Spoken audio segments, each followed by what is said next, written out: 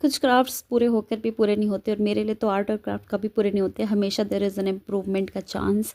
तो अभी हम इसको पूरा करेंगे। कृष्ण जी को, और कृष्ण जी को खड़े करने में थोड़ा सा प्रॉब्लम आ रहा था, तो मैंने सपोर्ट देना पड़ा मुझे। पीछे से एक छोटा सा हिरन का बच्चा बनाया मैंने, उसको भी पेंट नहीं किया है, तो बस उसका ही वीडियो है। और साथ में हम थोड़ा सा इनको जो है हम गार्लैंड्स पहनाएंगे, हार पहनाएंगे फूलों के, राधा जी को भी और श्री कृष्ण जी को भी। तो ये अभी आप देखते रहें, बहुत ही इजी वीडियो है। वीडियो में कुछ खास नहीं है, बट कहानी बहुत इंपॉर्टेंट है, मज़ा आएगी। और क्योंकि मुझे ऐसे लग रहा है कि ये डाउटफुल थोड़ा सा है पॉइंट महाभारत का, तो शायद आपको भी इसमें इंटरेस्ट आए कि हाँ, हमने देखा तो था किसी का सर फटते हुए महाभारत में, जब उसके बेटे का सर उसकी गोद में आके पड़ता है तो उसका भी सर फट जाता है।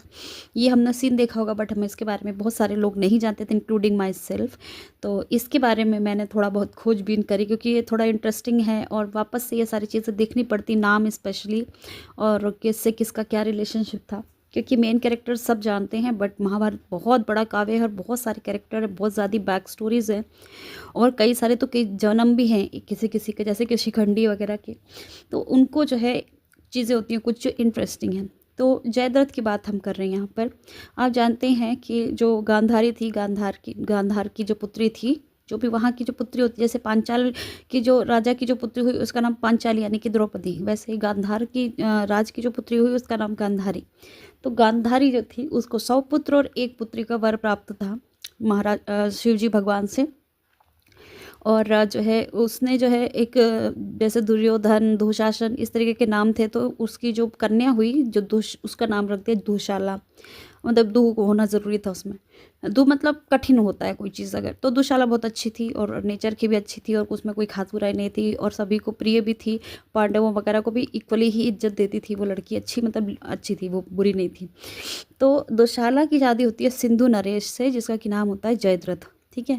तो अब क्या होता है कि जयद्रथ जो है, अब जो पांडवों को आप जानते हैं कि चौसर में हारने के बाद युधिष्ठिर ने जब सब हार दिया था और द्रौपदी के साथ चीरहरण हुआ और सब क्या क्या बेइज्जती हुई, सोच लीजिए साम्राज्ञी के साथ हो रही थी। उस टाइम की सबसे मतलब इम्पॉर्टेंट महिला थी वो साम्राज्ञी। मतलब आप ये मत कहिए कि रुक्मणी भी थी उस दौर में, तो राधा जी भी थी, तो ठीक है वो बात सही है आपकी, लेकिन उसमें पॉलिटिकली आप देखो तो, क्योंकि कृष्ण जी पॉलिटिकली ज़्यादा इन्वॉल्व नहीं थे, वो तो ये युद्ध करवाने ही आए हुए थे और कुछ मतलब दुष्टों का संहार करने और महात्माओं की वो करने।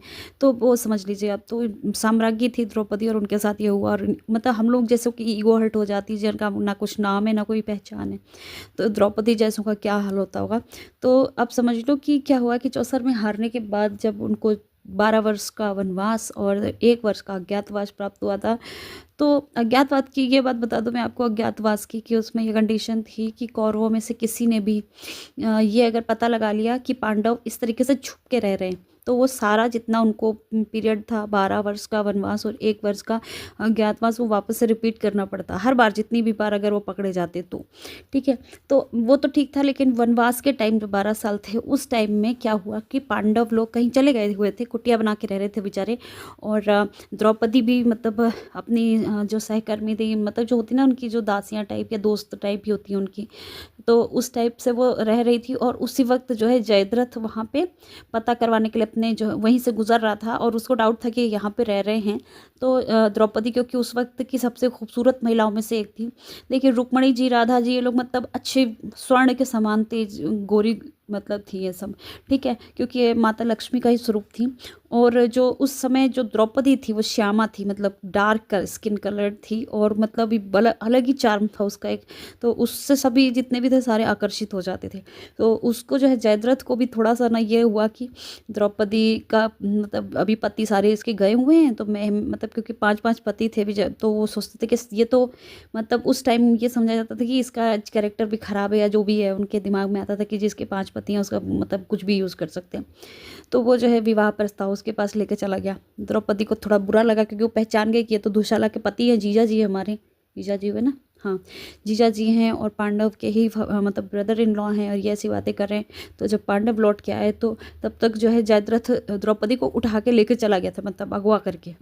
तो पांडव फिर मतलब गुस्से में पीछे पीछे गए जो अर्जुन जी थे, तो अर्जुन जी ने जो है उसके देखा कि 2 मील दूर है मेरे से अभी, तो एक ऐसा मतलब अस्त्र छोड़ा, बड़े दिव्यास्त्र थे अर्जुन के पास, तो कि उसके दोनों घोड़े वहीं पे मर गए या रुक गए। और उसके बाद वहाँ से भीम जो है उसको बालों से, उसके केशों से घसीटते हुए लेके आए युधिष्ठिर के पास, पर कि उसको मारना नहीं था, ये कंडीशन थी।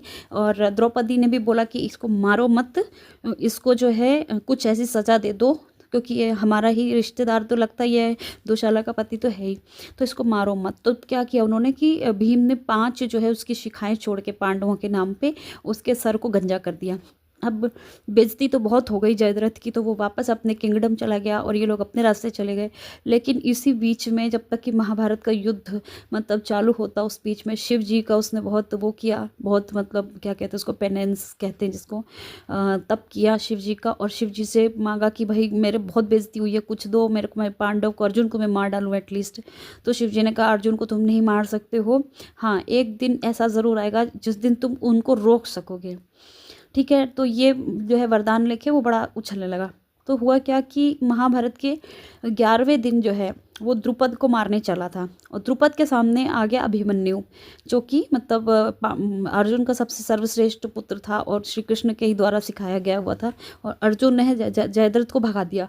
13th डे फिर जयद्रथ आया, और जयद्रथ आते जो है क्या किया कि उस दिन चक्रव्यूह रचा गया। और चक्रव्यूह रचा गया तो आप जानते हैं कि अभिमन्यु पांडवों को पीछे पीछे साथ लेते लेते, और उस दिन जो है सुशर्मा लोगों के त्रिगर्ता जो होता है किंगडम, उनके पीछे पीछे अर्जुन चले गए थे दूर कृष्ण के साथ, और बाकी के पांडव पीछे पीछे आ भी नहीं सके। और क्योंकि जयद्रथ के उस दिन था जयद्रथ का, और भगवान शिव का जो वरदान था वो चला, और चारों पांडव बाकी के रोक लिए गए, और अभिमन्यु अकेले ही अंदर व्यू में घुस गया।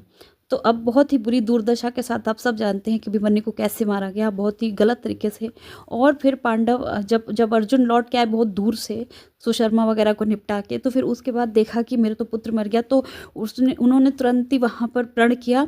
प्रण बहुत होते थे महाभारत के टाइम में कि मैं जो है अगर कल इसको नहीं मार दिया जयद्रथ को, तो मैं अपने को खुद को अग्निशमन आग लगा के खुद ही मर जाऊंगा। तो ये किया। तो फिर क्या हुआ कि अगले दिन कौरवों ने बड़ी योजना बनाई, 3 व्यू रचे गए द्रोणाचार्य के द्वारा, और जयद्रथ को जो है ऐसे छुपा छुपा के रखा गया कि कुछ भी हो जाए सूर्यास्त से पहले ये नहीं आने पाए अर्जुन और जयद्रथ आमने सामने, नहीं तो अर्जुन तो मार ही देगा तुरंत। तो हजारों सैनिक जो है बीच में रखे गए और फंसा दिया गया, मतलब कृष्ण ने, यहाँ तक भीष्म पितामह भी आ गए और द्रोणाचार्य भी आ गए डिस्टर्ब करने के लिए। तो श्री कृष्ण ने क्या किया कि जब 1-2 घंटा बचा हुआ था, जब मतलब सूर्यास्त के बाद युद्ध नहीं होता था उन दिनों, 1-2 घंटा पहले उन्होंने क्या किया कि यार ये सब तो खेला खेल चले रहेगा, तो उन्होंने चालाकी खेली कि मैं सबसे बड़ा खिलाड़ी हूँ। सुदर्शन चक्र उन्होंने सूरज के ऊपर रख दिया और सूरज छुप गया, तो सबको लगा सूर्यास्त हो गया। जयद्रथ सबसे पहले उछलता हुआ आया क्योंकि मेरे को तो जीवन दान मिल गया, देखा अब अर्जुन आग लगाए अपने को मरे यहीं पर। तो अब जो है सुदर्शन चक्र श्री कृष्ण जी ने हटा लिया कि लो भाई अभी तो 1 घंटा बाकी है, और बोला कि अर्जुन से बोला कि तुम ऐसा बाण चलाओ कि इसका सर जाके सीधे इसके बाप की गोद में गिरे, जो कि वृद्धाक्षत्र नाम का है। एक्चुअली एक ऋषि ने पहले बताया था कि जयद्रथ जो है महाभारत ऐसा ऐसा युद्ध होगा, तो ऐसे में ये जो वीरगति को प्राप्त होगा जयद्रथ, वो बड़ा अच्छा बताया था। अब उसी को ही श्राप देने लगा जो है साधु, मतलब जो उसका बाप था वृद्धाक्षत्र करके, उसने कहा कि जो भी मेरे बेटे का सर जो भी अपने गोद में लेगा उसका सर फट जाएगा। पता नहीं क्या दिमाग लगा कि क्या श्राप दिया था, इसीलिए वो जो सर जो है अर्जुन के बाण से सीधे वृद्धाक्षत्र के ही गोद में गिरा, और जब वो चौंक गए और उनसे पृथ्वी पे छूट कर गिर गया तो उनकी ही खोपड़ी फट गई।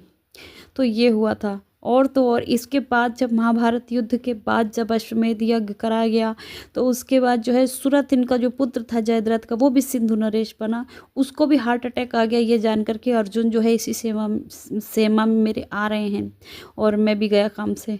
तो बस इस तरीके से 3 पीढ़ियाँ निपटाई गई। Okay, like share subscribe, bye bye, take care.